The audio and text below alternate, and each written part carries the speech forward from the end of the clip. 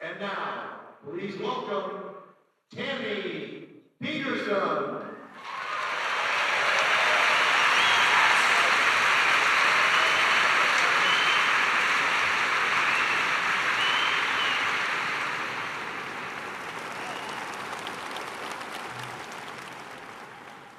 Hello, Dublin.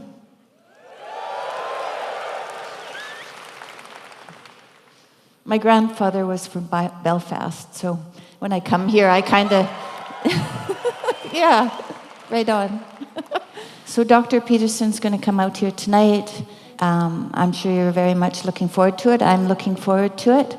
And with that, I won't let you wait any longer. I'll invite Dr. Jordan B. Peterson out on stage.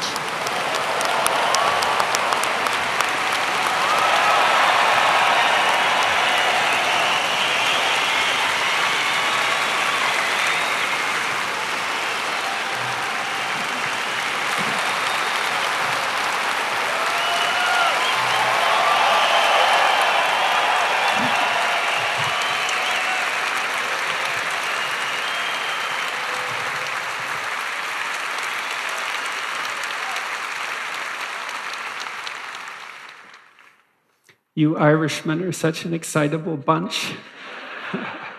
It's always fun to come to Dublin. I think it's probably too much fun to come to Dublin, actually. Yeah, so it's really remarkable to see you all here, and appreciate, as I always do, appreciate the fact that you've all taken the time and expended the effort to come and see this. I thought I would wander through the 24 rules, and I don't know how many I'll address, but we'll see how it goes.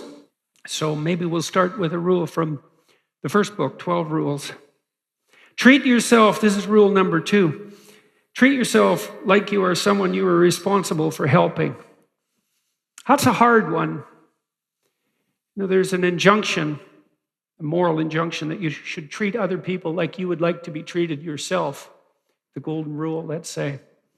And rather than he who has the gold makes the rules, right? That's not an injunction to sacrifice yourself in some unending way for the benefit of other people, which is often how it's interpreted. And it's not that. It's advice in relationship to reciprocity. And this is something really worth knowing. I've been thinking about this for a long time, you know, because I got interested in the nature of malevolence and motivation for atrocity. I got interested in the nature of evil, and certainly as a consequence of studying atrocious behavior at the clinical level, and then also at the political and economic and sociological level, I definitely became convinced that it's a very naive person indeed who doubts the existence of evil. I think it's easier to become convinced of the reality of evil than it is to become convinced of the reality of good. It's easier to define evil than it is to define good. But if you can specify the nature of evil, you help yourself infer the existence of good, because you can say to yourself, you can conclude that whatever good is, difficult though it may be to put your finger on it, it's the opposite of evil. I did have this inkling, you know, way years ago when I taught at Harvard.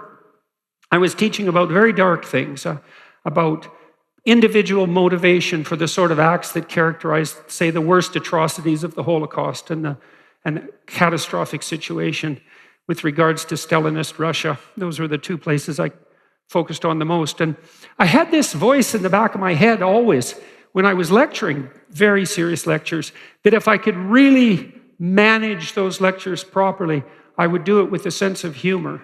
And I thought, that just cannot be right. How in the world can you deal with a topic that dark in a manner that's playful?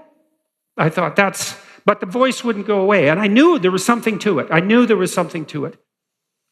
And so I've been trying to think about how do you concisely conceptualize the opposite of evil? How can you tell when things are going in the opposite direction? What if there's a malevolent spirit that might inhabit you if you walk down the darkest possible road, what would be the opposite of that spirit if it was inhabiting you, so to speak, if you were walking down the most positive of roads? And I would say, I do believe this to be the case, that's play.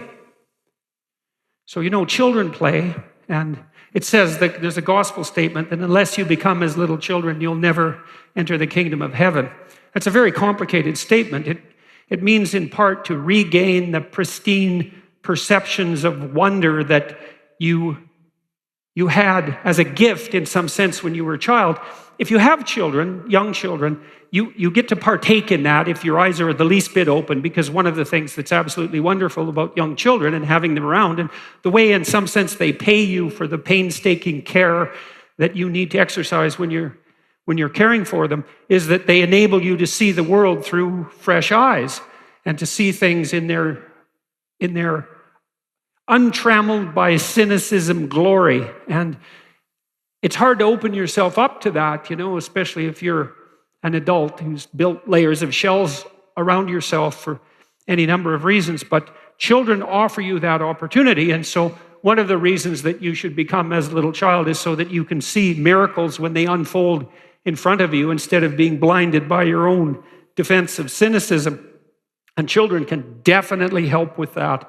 But also, children play. And we sort of stop playing as we grow older, and we think we mature out of it, but that's not right. What happens is that we can no longer do it. And a lot of that, I think, is associated with the shock of puberty, because you have to integrate sexuality into play, and that's really hard. It's really challenging for people, partly because you're more likely to be rejected on the sexual front, for example, and that's very hard on people. And then also, it's a more dangerous game, that's for sure. And so it's a big challenge, and a lot of people stop playing when they're teenagers. One of the reasons I think that we've had somewhat of an explosion of unhappiness and mental illness, particularly among women, by the way, over the last 30 years, is because a lot of what we've done inadvertently has interfered with children's ability to play. And so, for example, it's very hard for boys to play in school because almost everything they're required to do is antithetical to the rough and tumble ethos of masculine play. That's really hard on young boys. And with young girls, I was talking, I believe it was to Jonathan Haidt recently, a famous psychologist in the United States, and he said that girls have almost stopped doing patty cake and skipping and that sort of thing. And these are deeply embodied forms of play that might be something like the female equivalent of rough and tumble play among males. And that rough and tumble play is a form of embodied dance, because if you're wrestling, and fathers really like to do this with their kids, and kids really like it, and they really need it. It teaches you the extent of your body, it teaches you how to twist your body and to push it to its limits and to expose yourself to fear. Maybe your father throws you up in the air and catches you. Can you imagine someone doing that to you as an adult? 12-foot high person just tosses you in the air and catches you. It's no wonder children sort of scream with terror and delight, but they do. And they really, you just can't believe how much they need that to engage in that play. Because they also learn what hurts them and what doesn't, because the most fun, direct physical play with kids pushes them right to the ragged edge of disaster, right? It's like it's right where it almost hurts that it's most exciting. And partly what you're doing when you're playing is calibrating it to make sure that it's as exciting as possible, but not too exciting. And the rough and tumble play is deeply embodied. It's not just abstract, right? It involves pain and anxiety and excitement and frustration and turn-taking and attention. It's very sophisticated, and that's just on the rough and tumble front. And then later, as kids develop, they start to engage in pretend play. And there's no difference between pretend play and thinking. They are the same thing, and children envision who they might be. They construct a fictional character, a father or mother playing house, let's say. That's a very common form of pretend play. And then they act it out. And in doing so, they inhabit the roles that they're going to take on as their adults. And if they don't do that, they don't know how to do it. One of the things I was worried about to some degree when my son was little, he had his older sister, about a year and a half older. He was often surrounded by her friends, and they used to dress him up like as a princess or a fairy. And I was always looking kind of askance at that, so I didn't want it to go too far, whatever that meant. But then I realized when I was watching, he was having fun, and so were they. And I was watching it very carefully to see what was going on. And I thought, I got to leave this completely alone, because what he's doing is acting out what it's like to be a girl. And how in the world are you going to understand that if you can't act it out? And then if you forbid it, say you can't do that. Well, what's the message? It's like you can't understand females. Well, of course you can't, but you shouldn't stop your...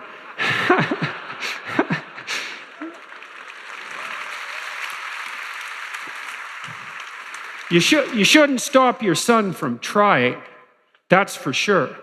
And that should be done in a spirit of play. And, if you have a good marriage, good partnership with anyone, I don't care who it is, but let's say a marriage, the more that you can elevate what you're doing to play, the better off you are in every possible way. And, there are preconditions for play among children. One precondition is the person that you would like to play with has to want to play with you, right? It has to 100% be voluntary. It cannot emerge. Even we know this even psychobiologically. There's a fair bit known now about the underlying neurological circuitry that's involved in play, because there's a specialized neurological apparatus in mammals for play. And it's not merely a decoration on top of something more fundamental. This is a very, very deep and fundamental part of the human psyche. And the psyche of any animal that has to engage in reciprocal, repeated social interaction. Because you might ask yourself, how do you know if you're interacting with another person properly? Well, you might ask, what does properly mean? Well, it might mean they want to interact with you. It might mean they want to interact with you in a way that could repeat many, many times and maybe improve as it's repeating. You want to get along with people, and you want it to work now, but you want it to work now in a way that gets better across time. And then you might think, if that's the right way to act, whatever that means, and it's a stable right way to act, because it emerges out of iterated social interactions, that you might have an instinct to mark when that's happening. And that's what happens when you play. And people find that absolutely delightful. If you're sitting around with your friends in a bar, generally you're joking around. And, that can get kind of rough, but it doesn't have to. But it could edge towards rough, because that's kind of fun, and it's a bit proddy, to see where you can find the edge. And that can be riotously entertaining. And that's all done in the spirit of play. And so you could say that a proper friendship is actually predicated, has its basis in the spirit of play. And then with regards to the atrocity and evil that I was discussing earlier, say, well, if it's power and compulsion and pride, let's say, self-centeredness, a kind of narrow self-centeredness and a narcissism, hatred, a bitterness, all of that mangled together, resentment, vengefulness, that all constitutes the central spirit that inhabits you if you're acting in a malevolent manner. What might be the opposite of that? And I do think it's the spirit of voluntary play. I had a vision of heaven at one point. Heaven was a place where people were eternally playing. And it was a place where everything was good, but everyone was playing to make it better yet. So it was a combination of what was really good, but that wasn't the end of it. And maybe that's because being itself is not good enough. You want becoming as well, right? You don't want things to be static and perfect. You want them to be as good as they can be, but dynamic, so there's still something to do. And so you could play at making things better and better. And that would be lovely if that was true, right? If you could have what you wanted, if you really think it through, you might think, well, it would be lovely if everyone could play a voluntary game that everyone wanted to play, that was aimed at making things good, but even when they're good, the aim was to make them even better. And then it would even be better if, when you were doing that, it was marked by a sense of, what would you say, a profound sense of positive engagement and the cessation of negative emotion. And one of the other things we do know about play is that it's quite disruptible by other motivational states. So it's not that easy for children to play if they're hungry or tired or anxious or upset or hurt. If your children are playing spontaneously, it's actually a mark that what you've created around them is a walled garden, right? The walls protect them so there's not too much chaos and uncertainty, and the garden is this place where things can flourish. A playground is a walled garden in any real sense. Walled garden, paradisa means walled garden, by the way. It's a balance between culture and nature, or between structure and possibility. You could also think about a walled garden as a game, because a game isn't you can do anything you want. A game is, here's some principles, rules you might say, here's some principles by which you can govern your behavior. Within that set of principles, here's some play, right? Some freedom to maneuver, not so much that you drown and no one knows what they're doing, just exactly the right amount so that it's playful. That's how it looks. And so back to treat yourself like you are someone you're responsible for helping. Well, you want to approach other people in the spirit of play, but I would say, even though you probably shouldn't teach people to play with themselves, so to speak, it's the right attitude to bring to bear on yourself too. And that's a hard thing to do. Like we tend to think that most people, if we're cynical, we think, well, people are rather selfish. They're self-centered. They only want what's good for themselves. It's like, first of all, that's actually not true. There are some people who will routinely take advantage of other people to get what they want in the moment. But that's pretty rare. In its extreme forms, which would be psychopathy, let's say, in its extreme forms, it's never more than about 3% of people.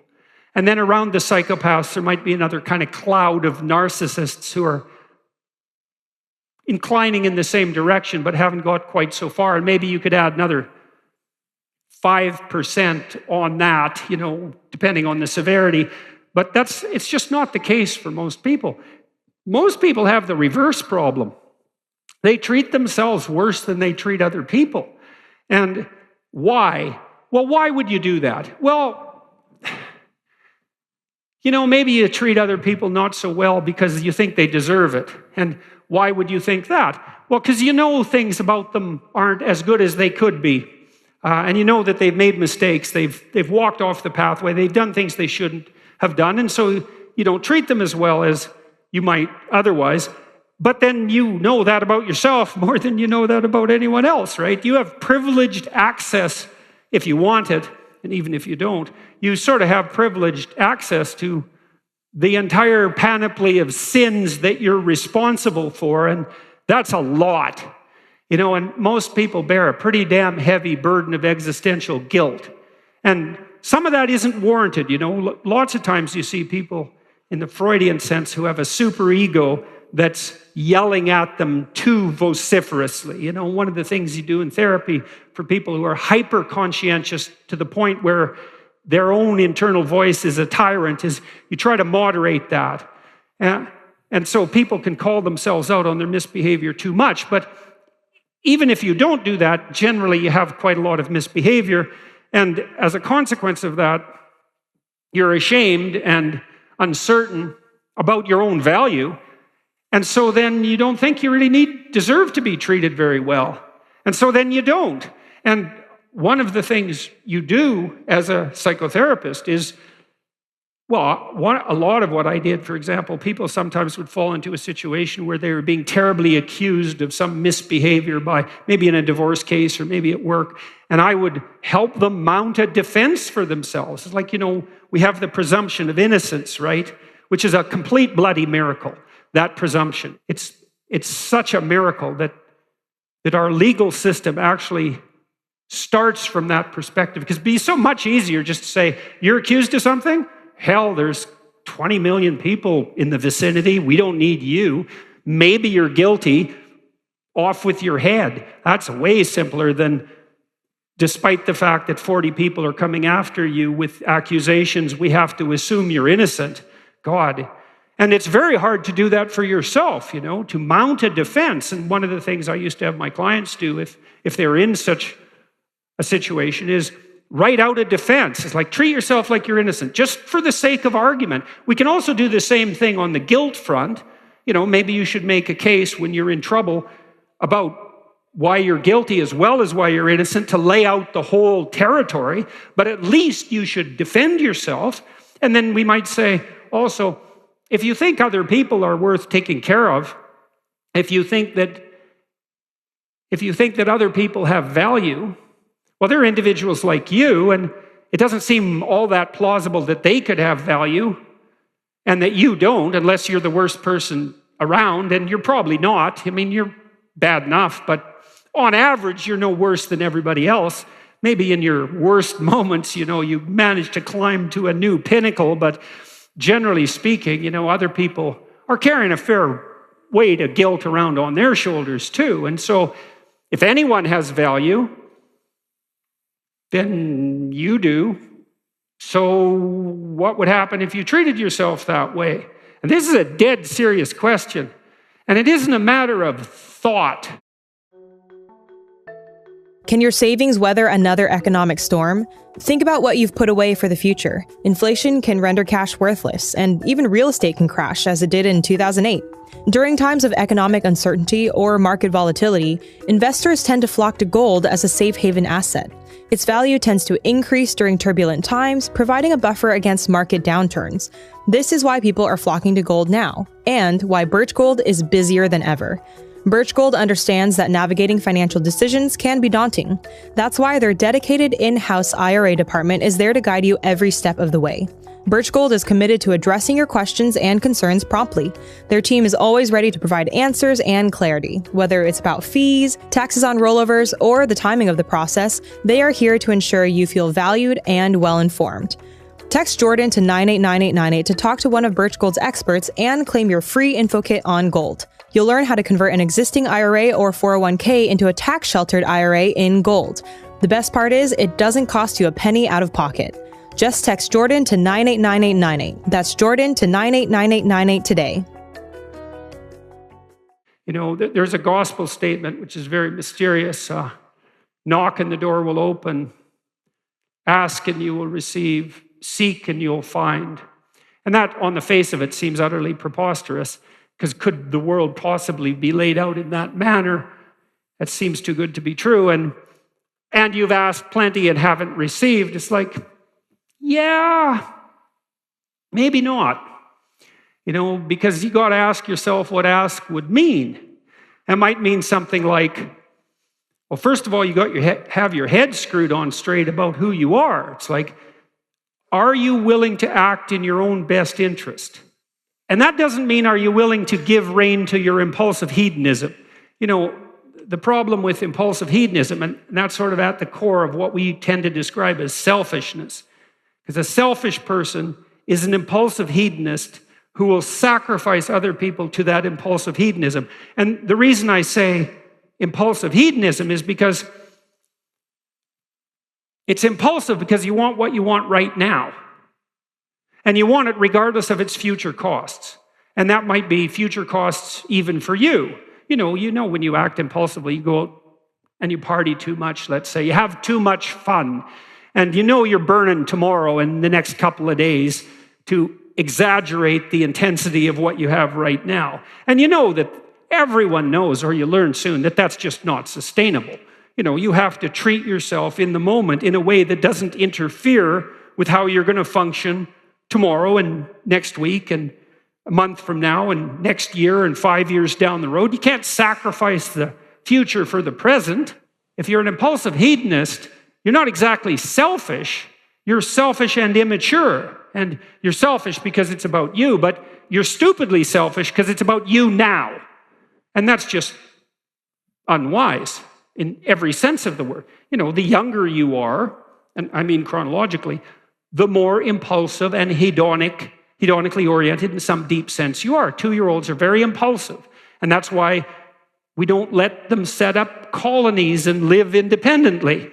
They can't govern their behavior with regards to future consequences. They're not mature and wise enough to have that breadth of view. And hopefully as you mature, you become capable of regulating your behavior in the present so that your own path goes, at least stays steady, but hopefully even goes uphill. And so that's back to this rule, is treat yourself like you're someone you are responsible for helping, is that I think in some real sense you want to enter into the kind of relationship with yourself that's also marked in its highest manner by the spirit of play. And we know this too. We look for experiences like this all the time to put us in that place, although we don't necessarily notice that that's what we're doing. When you go to a concert, you go to hear musicians play, and when you go to a dramatic production, a movie, you see people playing a part. And the playing part of that isn't trivial. And you go there to participate in the play. And you do the same thing when you go to a sports event. You know, and you do it in an embodied way. And it's so interesting to watch. You know, if you're watching a football game and some remarkable player makes a remarkable shot, you'll jump up to your feet and throw your arms in the air before you even notice, right? It's completely spontaneous. It's completely bottom up. It's not that much different than what you do when you're at a comedy show and you spontaneously laugh, right? You don't think, that's a funny joke, I should laugh. There's no thought between the joke and the catching of the punchline and the spontaneous reaction. And you do that because you want to experience that sense of play. And we'll pay for the privilege of being in a place that's setting that up, is facilitating it. And we all regard that, especially when it's going well, you know, and maybe you're going to listen to a great band. It's a genre that really speaks to you, and the band just gets cooking, you know, and everyone knows what that means, and it means they're playing off each other. That often happens when they're good at improvising, you know, so they're not just doing it note for note, although that can be great. But it's even better when they could do it note for note, but then start to play, and they just get into a rhythm that's something else. And if it's really working well, then everyone in the whole place is in the same rhythm, and it's all pulsing with the same beat, let's say. And everyone's just thrilled out of their mind, which is why there's like 50,000 people doing it. And it's useful to know, what are you doing there? And the answer seems to be, you're playing along with your favorite band. That's a pretty good deal, because you got these highly skilled, creative people up front doing their best, allowing you to mimic that in some real sense as part of the experience. You know, people will sing along and they'll dance. That's all mimicry. You can't help but dance. That's all part of the spirit of play. And so you treat yourself like you're someone responsible for helping. It's a serious injunction, even though its aim is play. And this is part of asking, too, before you receive. It's like, okay, give yourself the benefit of the doubt, even though it's hard, given your appalling, pathetic, ignorant, lazy nature, you know, and all the things you could be that you aren't. It's hard to give yourself the benefit of the doubt, but you could say, well, would it really be so terrible if my life wasn't miserable? Would it be so terrible if I got what I wanted and needed, especially if I was doing that in the best possible way? And that has to be a serious question, right? You can't just tell yourself this. You have to open yourself up to the possibility that that might be true. Then you can say to yourself, well, if I could have what I needed and wanted in a manner that would be best for me, and you can imagine that takes a fair bit of orientation to get that question right, then what would my life look like? And that's a frightening question. People generally are loath to ask themselves that question because there's a couple of reasons. One is, maybe you feel you don't deserve it. Well, another is you don't know that that's what you should do because we're so badly taught that this idea is generally not presented to people, which is just absolutely appalling beyond belief as far as I can tell. But then there's more impediments too, because one of the things people do to buttress themselves against failure is to never let themselves really gain clarity about what they need and want. Let's say you try something, but you only do it half-heartedly.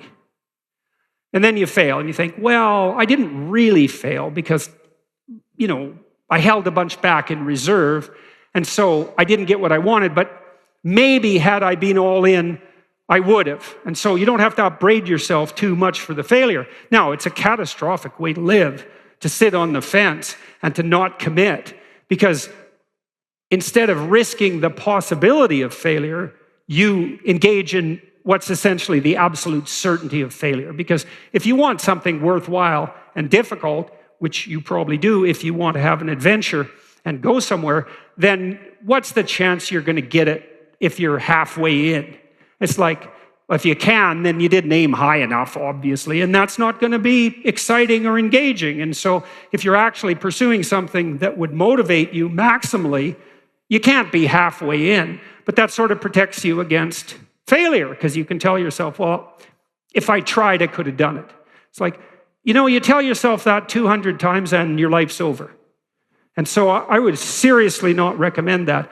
And then another problem is that if you let yourself know what you need and want, then you can betray yourself, right? So do you trust yourself? And the answer is, well, not really. And the reason is, well, I trusted myself before and I misbehaved terribly, so why would I do that again? And fair enough, that's a solid question. But on the other hand, if you don't let yourself know what you need and want, what's the probability that you're going to do a random walk in the right direction?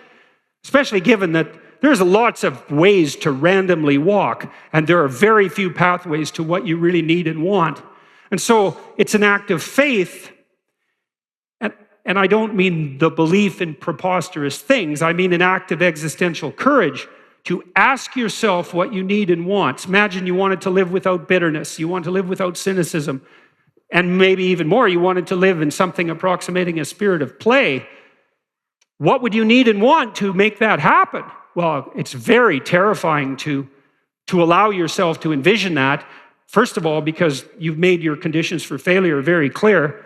Second, because you've set yourself up to betray yourself in a fundamental way. And third, often the apprehension of the distance between you and that goal can also be demoralizing and overwhelming. Now, I think the way you deal with that is you can make a lot of progress incrementally. Once you specify a goal, you don't have to leap from where you are to the goal in one fell swoop. If you could, you probably didn't set a difficult enough goal. It's okay to make incremental movement forward. That's why there's another rule here, which is compare yourself to who you were yesterday, not to who someone else is today. If you get the comparison right, you can say, well, here's where I'm headed and it's worth going to. You have to ask yourself that. Is there a place I could head to that would be worth getting to? And that's a question, right? It's a question like you might ask your wife. It's like, okay, if I could give you what you wanted, it's a good thing to ask during an argument, by the way. Really, it has to be an honest question. It's like, you're arguing with me. I don't know who's right. Neither of us, because we're both clueless and confused. It's like, if you could have what you wanted in this moment, and I could deliver it, what would it be?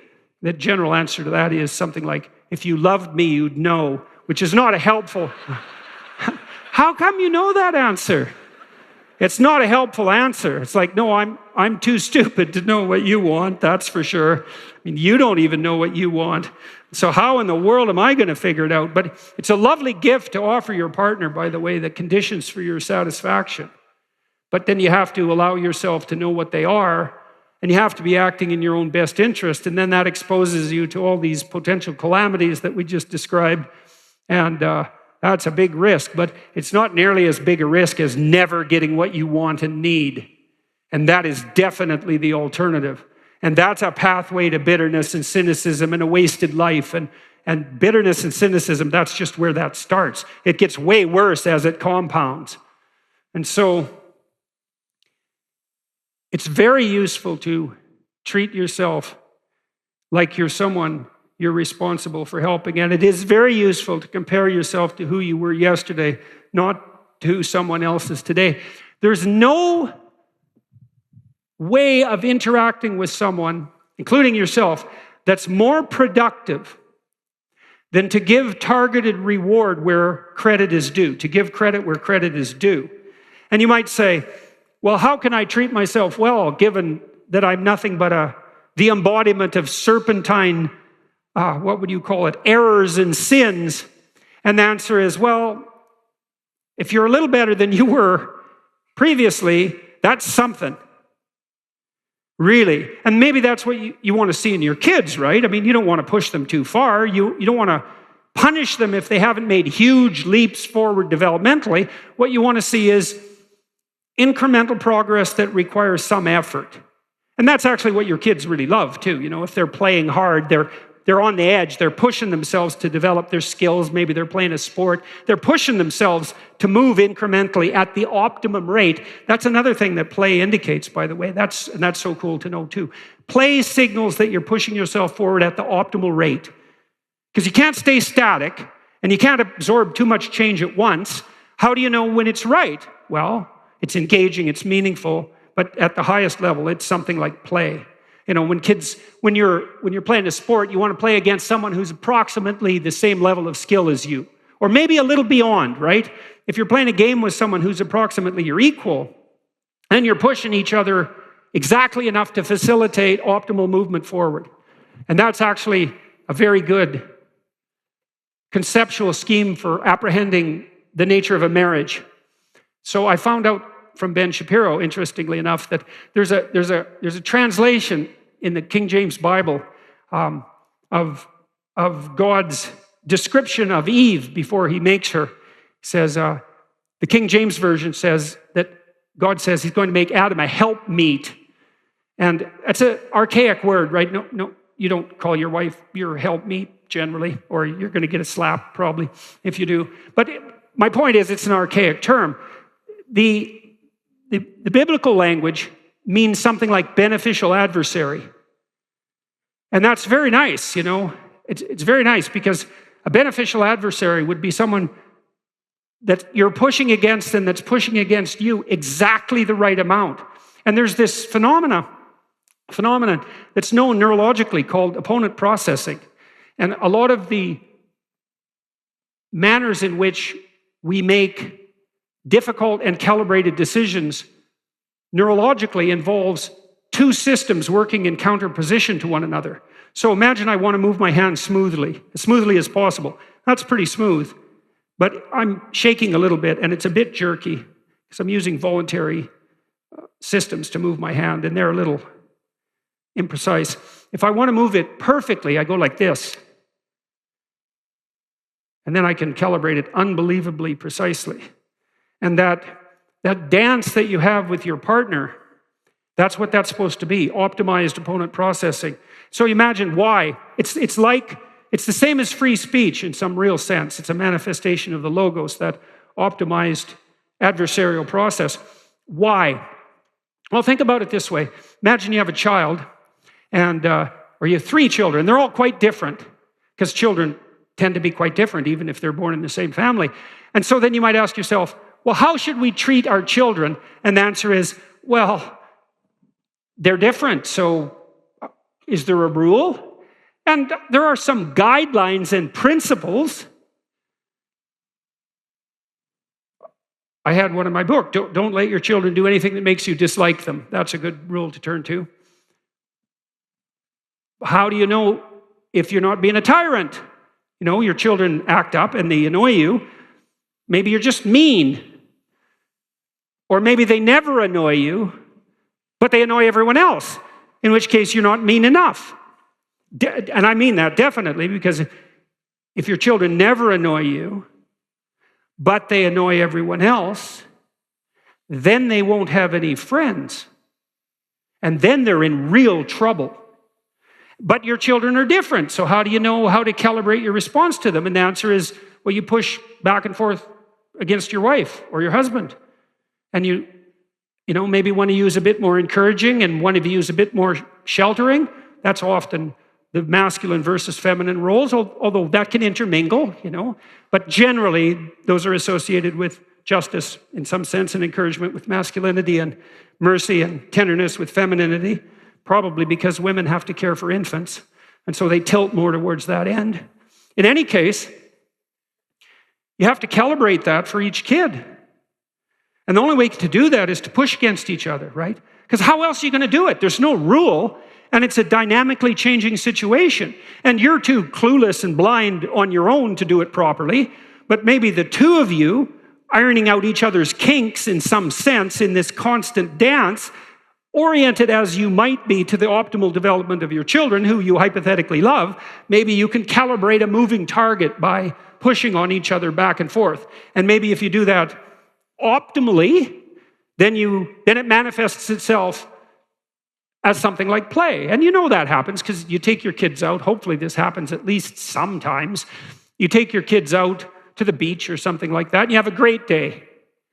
And what does that mean? Well, it means you got the balance right? Because there's some freedom and there's some principles, there's some rules. It's a game, and everything comes together in the right place at the right time.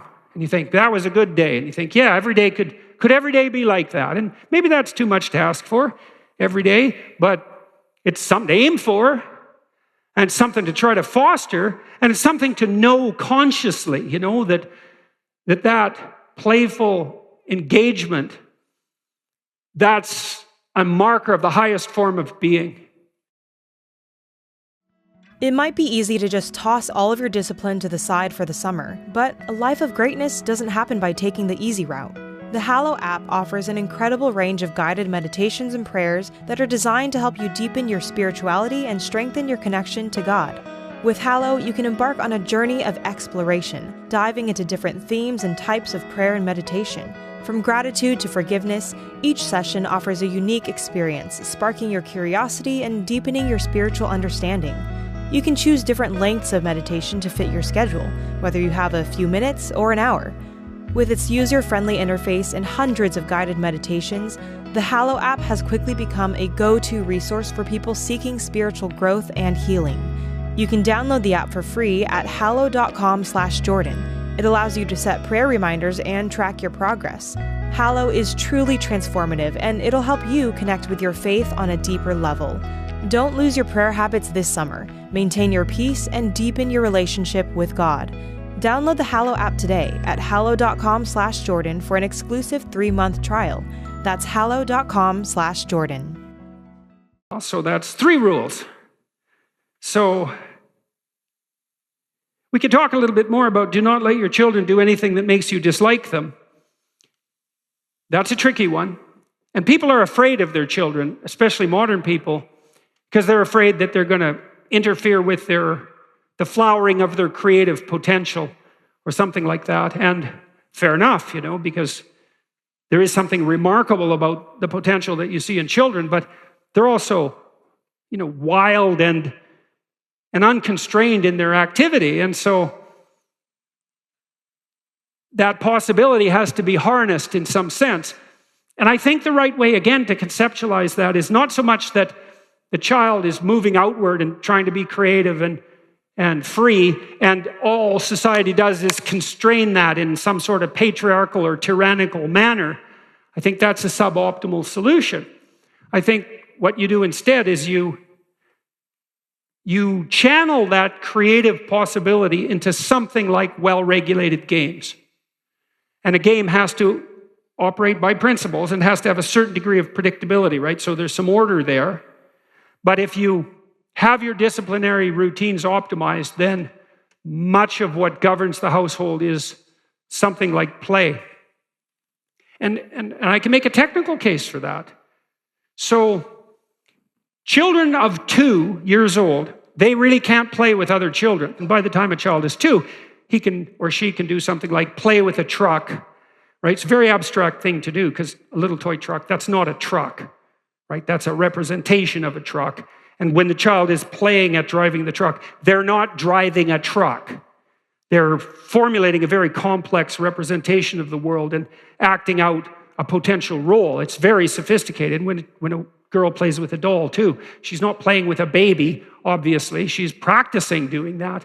And that's very sophisticated. But 2-year-olds, they really can't play together.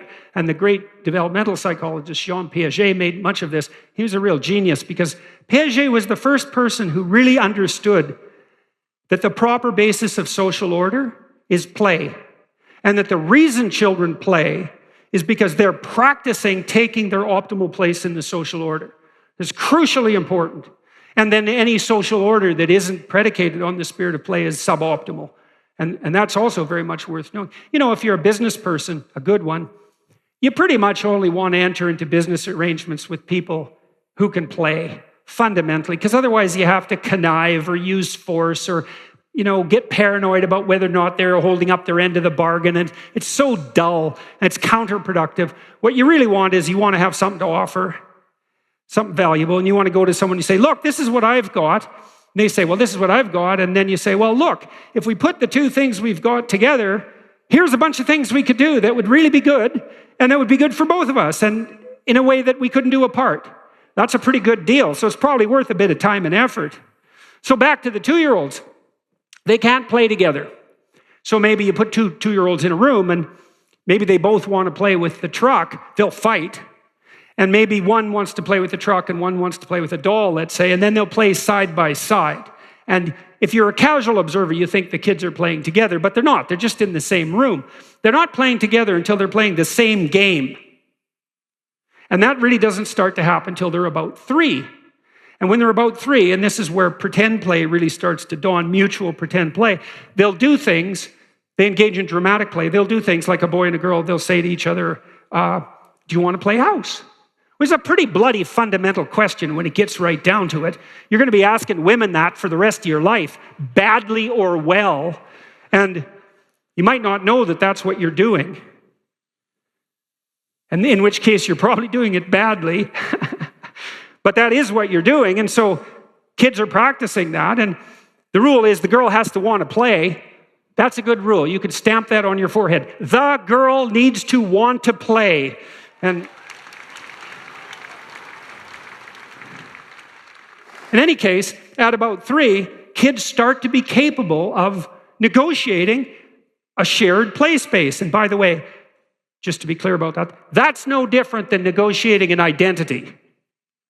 This idea that identity is something you define subjectively and then can impose on other people, that's what 2-year-olds think. And that's what the kind of 2-year-old who stays unpopular for the rest of his or her life thinks. And now we're making that law. That's not very wise.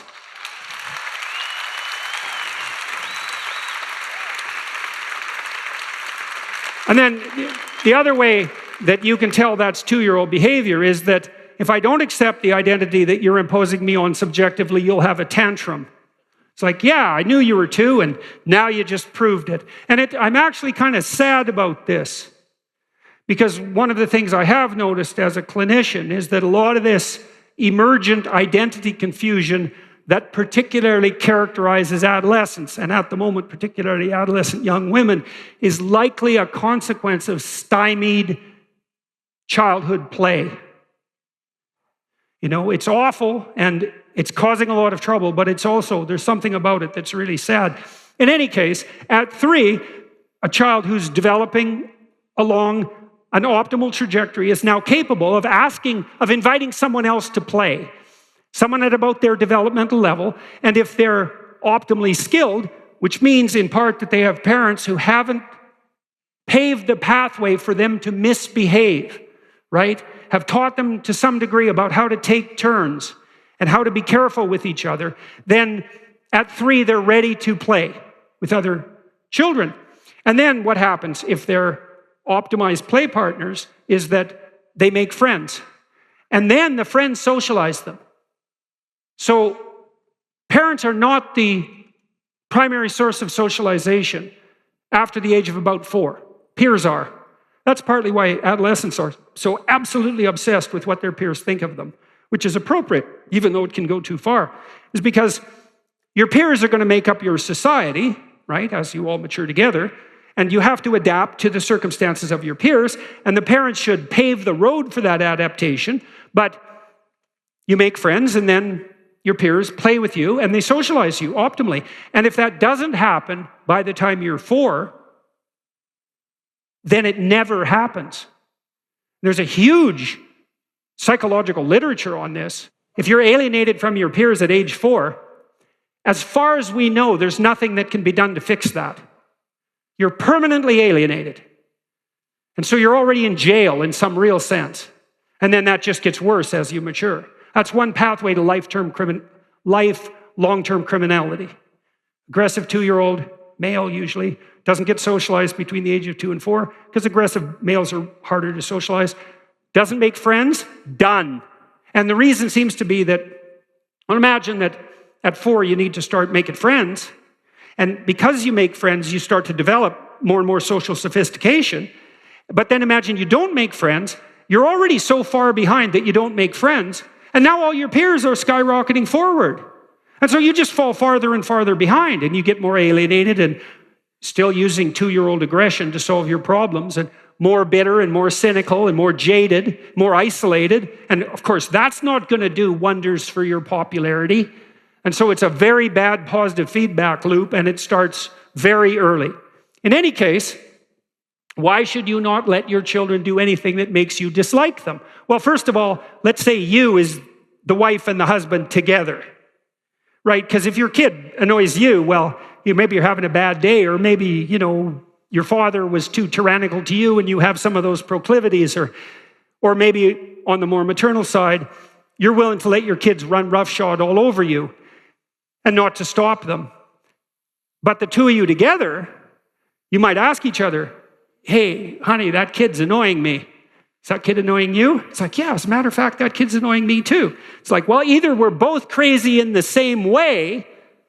Now, you're both crazy. But are you crazy in the same way? The answer to that's probably not. So if you're both thinking something together, there's a reasonable probability that the two of you are right. And so then you can think, well, if this kid's driving us crazy, given that together we're not out of our minds, hopefully, if he's driving us crazy, then he's probably not going to be very popular with anyone else. And then that's a good time to think, well, do we want an unpopular and miserable child? And the answer might be yes, because sometimes they won't leave home. And if you have no other purpose in life than to devote yourself entirely to a dependent child, then crippling them socially is a really lovely way to attain that. And if you don't think that happens, then you're the sort of naive person who will eventually run into someone malevolent and learn just how naive you are. And so in any case, you have a responsibility with regards to your children to not let them do things that make you dislike them. And if they're doing things that make you dislike them, despite the fact that you love them, you can imagine the effect that's having on other people. And you got to ask yourself too, how do you want your children to be treated when they go out in public? Most people will give children the benefit of the doubt. One of the things that was so lovely, I lived in Montreal when I first had young kids. And I lived in a rough neighborhood. It was a working class neighborhood. It was quite poor. Most of the people were uneducated in sort of multi-generational way. It was a rough neighborhood. And we had Michaela, my daughter, and we used to zoom around in her stroller. And it was so fun because you'd see these rough guys walking down the street, tough-looking guys. You'd give them a bit of a berth on the street, generally speaking, and they just break into a smile and, coochie-coo her, and it brings out the best in people. It's so lovely to see that. It's one of the things that you don't know before you become a parent, is that you become a parent, you enter this little club of other parents that you didn't even know existed, but you also get to see the best of people in a way you never did before, and that's lovely. And so people are willing to give your children the benefit of the doubt. You want to facilitate that by having your child act in a manner that heightens the probability that that's how people are going to act towards them. And then instead, a misbehaving child, I've had plenty of experience with this sort of thing in all sorts of ways. A misbehaving child lives in a world of adult falsity because nobody really wants the child around. And so everywhere they go, there are forced and strained smiles and bare tolerance. That's a little bit of hell, that is. And the alternative is, well, your child is properly socialized. And everyone's happy to have them around. And then wherever they go, everyone's happy to have them around. And then they make friends, and adults are much more likely to interact with them in a positive way. And that's what you want to give that to your kids. Well, unless you want the other outcome that I described. Or maybe you're jealous of your children because you're old and you're bitter, and you see your child flourishing in some way that you didn't get to, and you want to knock that the hell out of them. And that's another pathway to take too. But, that's a good little trip to hell if you want to embark down that road. Here's another rule. Pursue what is meaningful, not what is expedient. This is also a great thing to know, I think. That's a tricky rule. Expedient might be, we're going to have a conversation, and I want something from you. And a lot of conversations are like that, because you have a goal in mind. This is what I want from this person. And so then you craft your conversation to get what you want, right? You subordinate your words to the ethic of your desire. And you might say, well, what's wrong with that? Well, what do you know about what you want? Like, haven't you been wrong about that before? Or you might say, well, what's the alternative? Well, is there an alternative? Well, you have to want something from the person to even interact with them. It's like, no, you could want to see what happens. You could want to play. You could tell the truth.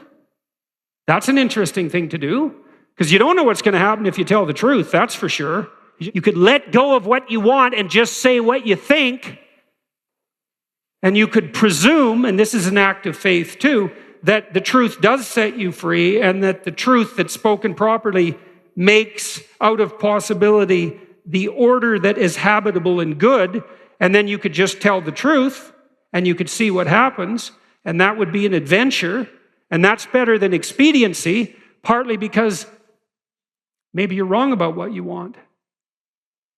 And you know that because you're kind of narrow and maybe narrowly self-serving from time to time, and your purview of the world isn't as wide as it could be, and you're a bit bitter, so you tend to be that narrowly selfish because of that. And so you want something from a conversation, and you bend and twist it to get it. It's like, fine, but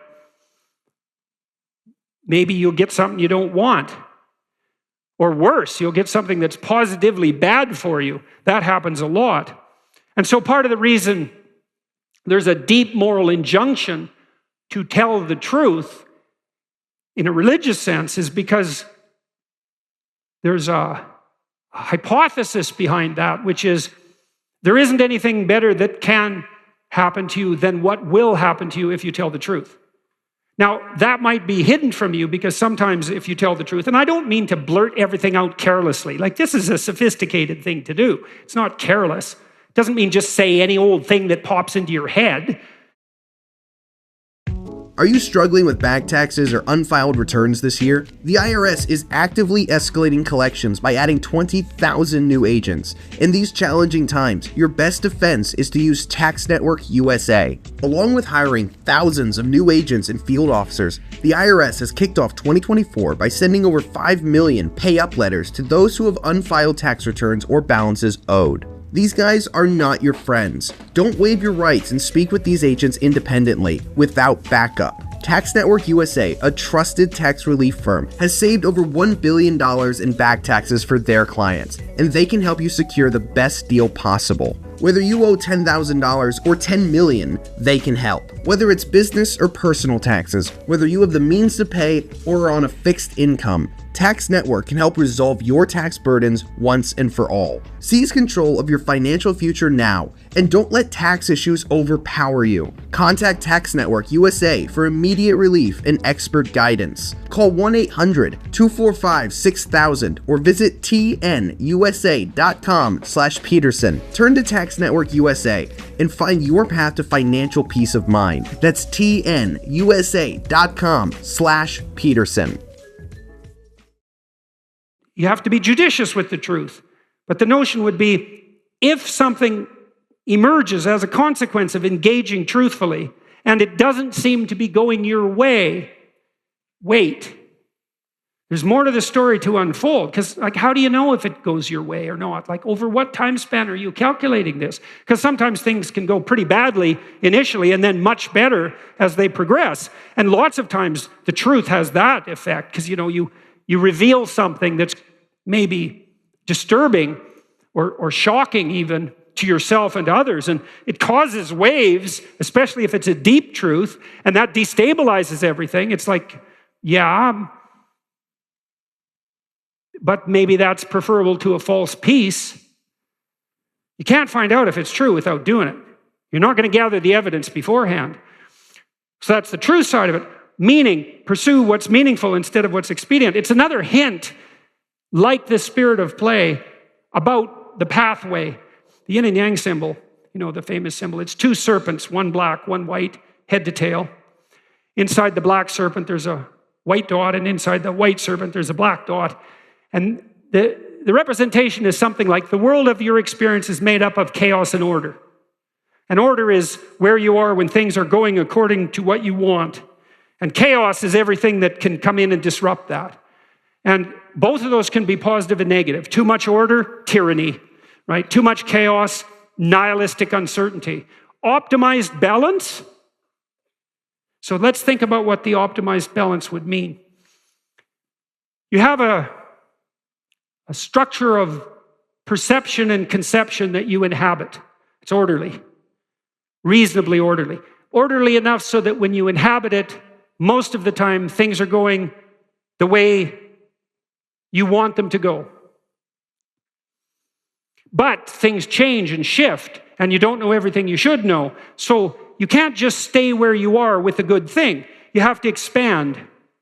And as you expand, you move out of the domain of order into the domain of chaos, or out of the domain of actuality into the domain of possibility. And then you might think, well, how do you know when you're doing that optimally? Well, one marker, as I said before, maybe that you do it in the spirit of play. But another is, and this is so much worth knowing, things get meaningful. People ask, does life have any meaning? It's like, why is anything worth doing if in 4 billion years the sun is going to envelop the earth? And the answer to that question is, that's a stupid question. And I can prove that in some sense. It's like, you're a mother and your baby's crying, and so you're going over there to do something about it. And someone comes along and says, why do you care if that baby's crying? In 4 billion years, the sun is going to envelop the earth. And what's the right response to that?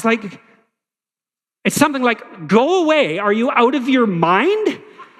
And the answer to that question is yes, you are out of your mind. Of course, you can find a time frame or a spatial frame of reference that makes everything you do pointless. It's like, what is this going to matter in 20 trillion years? Well, it's like, the only proper response to that is that's not a wise time frame. Imagine you're in a concert, listening to some great music, and it's got you, and someone taps you on the shoulder, and this is going to come to an end. And well, what's your response? Like, go away.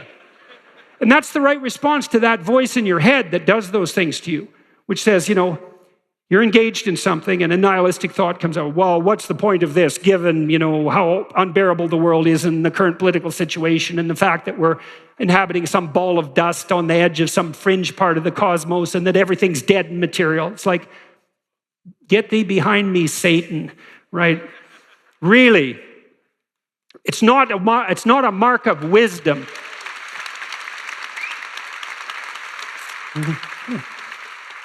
It's not a mark of wisdom to let nihilistic, demonic voices steal your joie de vivre.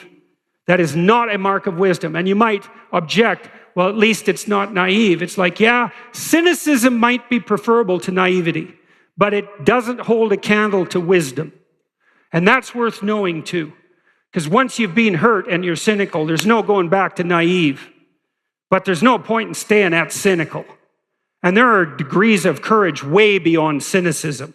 And some of that is the regaining of the faith you had as a child despite your current level of wisdom. And that's something to strive for, right? That's a moral attainment. That's not a burying your head back in the sand. Quite the contrary. And so, well, back to the yin and yang symbol. Imagine you have an instinct that orients you. Well, you do. As a matter of fact, there's a reflex that's replicated at multiple levels of your nervous system, and it's ancient. If you have a nervous system as an animal, you have this reflex. And the reflex is something like surprise. If I walk across the stage and I hear a loud noise behind me, I might go like this. And that would be automatic because I'm gripped by unconscious systems. And what's happening is some chaos has emerged, and it stops me in my tracks because something unexpected happened. My current plan is incomplete.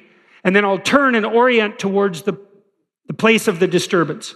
And that's the beginning of exploratory behavior. And then I might run away, which might make me safe, or I might cautiously investigate, in which case I can find out what caused the disturbance, maybe rectify it, and maybe update my plan so that that sort of thing doesn't happen again.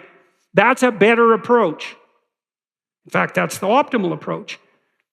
That's also the meaningful approach. And so here's something to know. If you're engaged in something and it's infusing you with a sense of meaning, then your nervous system is signaling to you that you've optimized the balance between stability and transformation. And that manifests itself in the sense that you're in the right place at the right time, doing the right thing. And it's not conceptual, right? It's not abstract. It's not a theory. It's an embodied sense. And you might say, well, I don't know what that sense is exactly, but it's the sense that you have when you're engrossed in a piece of music. And what's music? Well, it's principled and somewhat predictable patterning, spiced with unpredictability, creative unpredictability. And if it's optimized, it grips you. And it's a representation. It's a representation in some sense of optimal being. And it's so interesting that that's the case, because it does grip us no matter how nihilistic you are. Something I always liked about punk rock. I was a teenager when the Sex Pistols first emerged on the scene. And they were very interesting to me because their music is so nihilistic and it's so meaningful. And that's such a weird combination. It's like, because the overt lyrics are, well, just smash everything to hell and anarchy everywhere. But, there's a great beat and everybody's dancing away. It's like, and even the skinheads who were anarchic, they would dance. I mean, they'd smash into each other and there was often blood, but it was a kind of dance. It was better than nothing, that's for sure. And that's why they went to the concerts. And so to be imbued by that sense of meaning, even in their nihilistic anarchism, they were still engaged in the sense of meaning that music produces. And it does put you, back to the yin and yang symbol, it puts you right in the middle of chaos and order. And that's the right pathway. That's the Tao, by the way, for the Taoists. It's the pathway that runs between chaos and order. And it's signaled to you by the sense of engrossed meaning. And then you could say to yourself, you got to stake your life on something, one way or another, because you have to move forward in ignorance. So you're always making a decision about what you're going to take on faith. I don't care what you're doing. You have to make that decision.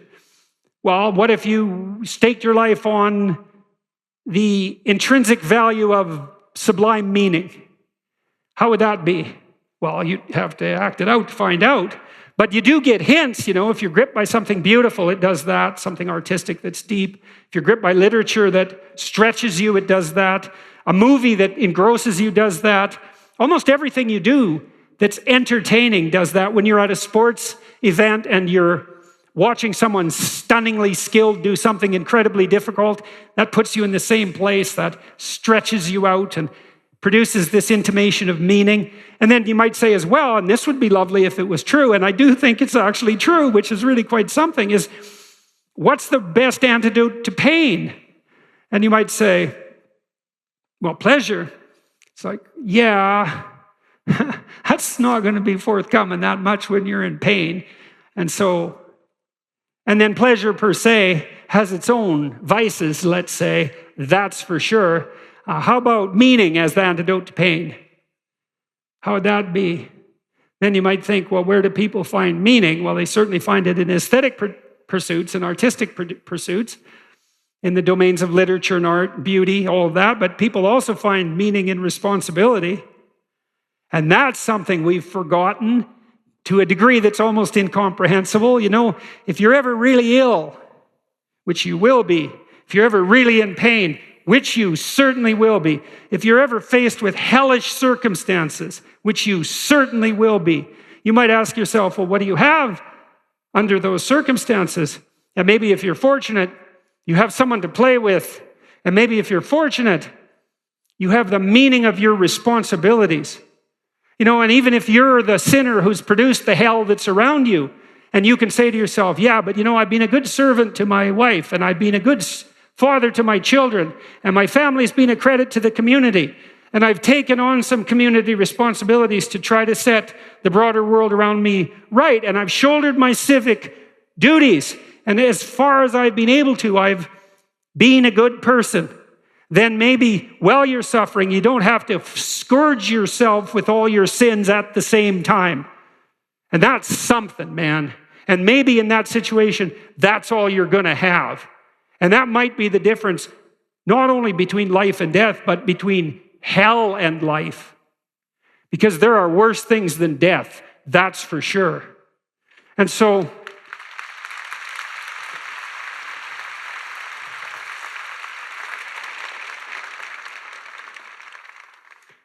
then imagine if it was the case that you could have what you needed and wanted, and you could say, well, play is the antidote to tyranny.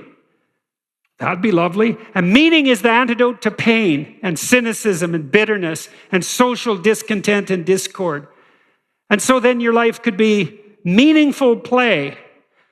Maybe you can come up with a better optimistic proposition than that. And if you can, good for you, really. But that's not a bad vision, you know. And you can test it out. One of the things I used to do with my clients, this is real useful too, and it's sort of done in the spirit of necessary humility.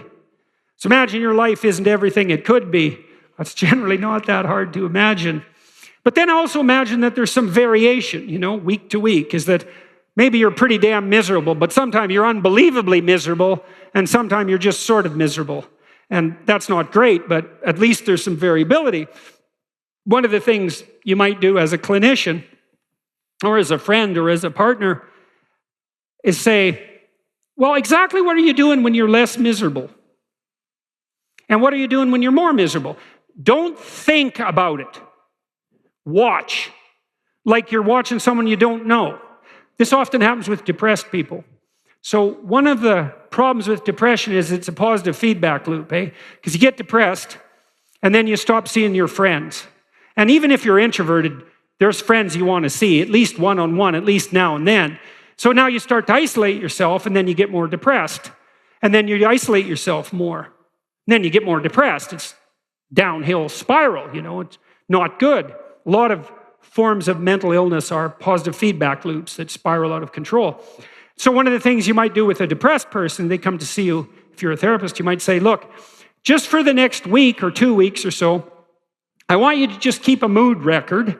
You know, maybe check in with yourself every hour, scale from 1 to 10. Just write down how depressed you are, with 10 being suicidal and 1 being as good as you get, let's say, or maybe even life is worth living. And maybe the depressed person never gets, you know, below 6 or something, but 6 is way better than 10.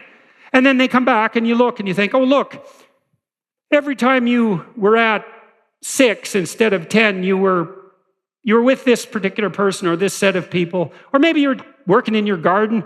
Who knows, right? Or maybe if you're artistic, you were doing something artistic despite the fact that you're paralyzed by your depression. But notice your mood improved some. And then look, 10 out of 10 depressed. You're alone in your room in bed. It's like 11 in the morning. It's like, okay, so how about this? Next week, don't be alone in your bed at 11 o'clock in the morning. And spend like 20% more time, or 10%, or 2% with your friends, or doing something that seems to improve not your mood, but your state of being. And then play with that and see, you know, can you tilt yourself gradually and incrementally, comparing yourself to who you were yesterday? Can you tilt yourself in the right direction? And then, well, that's for depressed people. You might say, well, could you do that in your life? And the answer is yes. So the Egyptians worshiped this god, Horus, Horus. And Horus, you know Horus, weirdly enough. Everyone knows that famous Egyptian eye, you know, with the arched eyebrow. And you know, on the back of an American dollar bill, you have an eye that's separated from the pyramid. That's Horus as well, interestingly enough. That's the gold cap on a pyramid. It's the aluminum cap on the Washington Monument. Aluminum was more precious than gold when they built the Washington Monument. The top of a pyramid is the gold cap. And the gold cap is the eye. And what's the eye? The eye is the thing that pays attention. And so Horus was the eye, and he was the eye that could see evil and rectify it, by the way. And he was also a falcon. And the reason he was a falcon is because a falcon is a bird of prey that flies above everything and that can see. And birds of prey, they can see better than us. We're very visual animals. We have the second best visual systems of any animal. Birds of prey see better than we do. They can see clearer and farther. A falcon, if a falcon was on top of the Empire State Building, he could see a dime on the pavement below. They're unbelievably sharp-eyed. And ancient people knew this. They hunted with birds of prey and they watched them. They knew they had spectacular vision. And so they used the falcon as an image of redeeming vision. And they associated redeeming vision with the sun, setting and rising, because the sun shines when you can see. And so that's a solar god. And that's the hero that fights the dragon at night and that comes up victorious in the morning. A very old idea. That's all associated with vision. And vision pays attention. Assume that the person you are listening to might know something you don't. That doesn't mean everything you don't, and that might mean hardly anything at all, but maybe you could glean something. And because you're clueless and confused, anything you glean might be useful, and so it's useful to attend. Like in a manner that's infused with humility. Why humility? Because you need to know that what you don't know is more important than what you do know. That's a hard thing to learn because you want to fortify what you know, man, because it feels protective and it's very threatening to move on the periphery of what you know. But there's a lot of what you don't know. A lot. And you need to know it. And what attitude do you need to bring to bear on what you don't know? It's like, pay attention. There might be something there for you. And so then you attend to yourself. And that ties us back up to the first rule, which is treat yourself like you're someone who you might be responsible for helping. Well, what does that mean? Like you don't know who you are. Because you don't. As if you're someone made in the image of God, let's say. Someone, despite your flaws, of divine intrinsic value, who could hypothetically be a light on the hill. Hard as that is to believe. And then watch and see when you're where you should be. And maybe you're only a bit of the way there, and you're kind of, your life is hell to purgatory, that's it. There's very little glimpse of paradise, but purgatory beats the hell out of hell. And so maybe you can move from hell into purgatory, that would be something, and maybe when you're there now and then, you're getting a little bit beyond that. You think, right at this moment, for whatever reason, I'm not doing something so terrible that I'm in hell. What is going on? What's the circumstance? What did I allow to happen that made this possible? It's a form of awakening in the most profound sense, to notice when that happens. Then you think, could I be there more often? 1% more often. That compounds very quickly, If it's 1% a week for a year, you're going to be there like twice as long in a year as you were before you started. And God only knows how good you could get at that if you didn't do anything other than that, let's say. If you really committed to that, God only knows what your life could be like in 5 years or 10 years. Maybe you could be in that state all the time. And who knows what effect you'd have on you and your family and the people around you if you were in that state. And that's something worth thinking about too. And maybe that's a good thing to close. We have this notion, developed not least in your great country, that people have an intrinsic worth, that we're sovereign citizens, that we're all possessed of a voice that redeems the state. That's why we have an inalienable right to free speech, let's say, because we're a necessary corrective to the blindness and archaic nature of the state. We're the living eyes of the dead king. And maybe that's really true. Then you think, well, if the world isn't everything you want it to be, set your house in perfect order before you criticize the world. If the world isn't everything that you want it to be, maybe you're not acting the way you should. Because there's some intimation in our deepest ideas that the weight of the world rests on your shoulders. Now, that's a terrible thing to think. But maybe it's true. And it's an open question. How much of the mess that you see around you would vanish if the mess that you could put straight was put straight? And you know this too to some degree, because to the degree that you've not become entirely embittered and cynical and hopeless, you know perfectly well that if you put your mind to it and you make the proper sacrifices, there are things you can set straight. And that if you do that diligently, things actually improve. And so, because otherwise, if you didn't believe that, you wouldn't act at all. Maybe you just turn to completely catastrophic, short-term, impulsive pleasure, something like that. You have to believe that your action has some redemptive possibility, because why would you do it otherwise? And you might say, well, I kind of believe that. It's like, well, that's not good enough. You kind of got to throw yourself all into it. And what's the cost anyways? It's not like you're going to get out of this alive.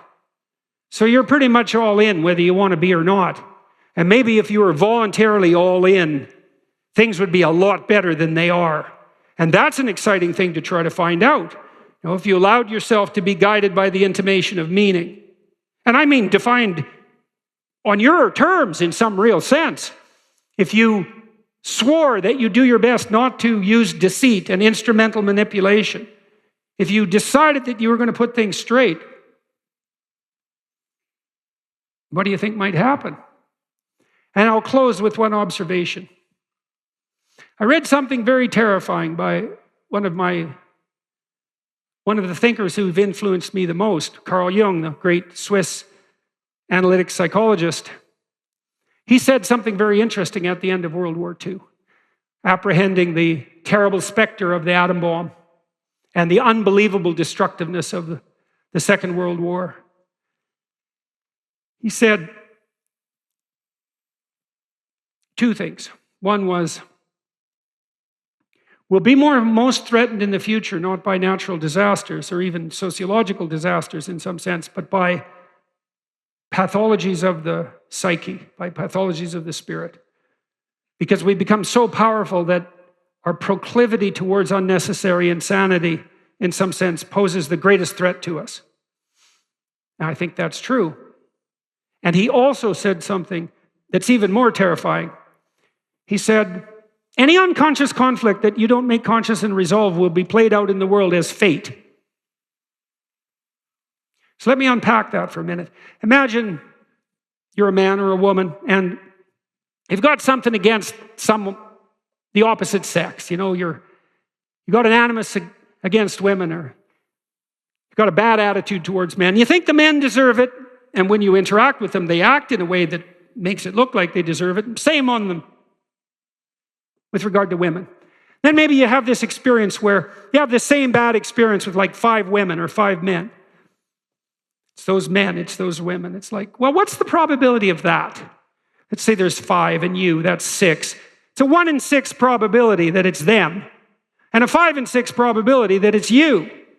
And what is it in you? I mean, unless all women in some sense are warped the same way, or all men, if you keep bumping into them the same way, it's possible that you're just bumping into your own blindness.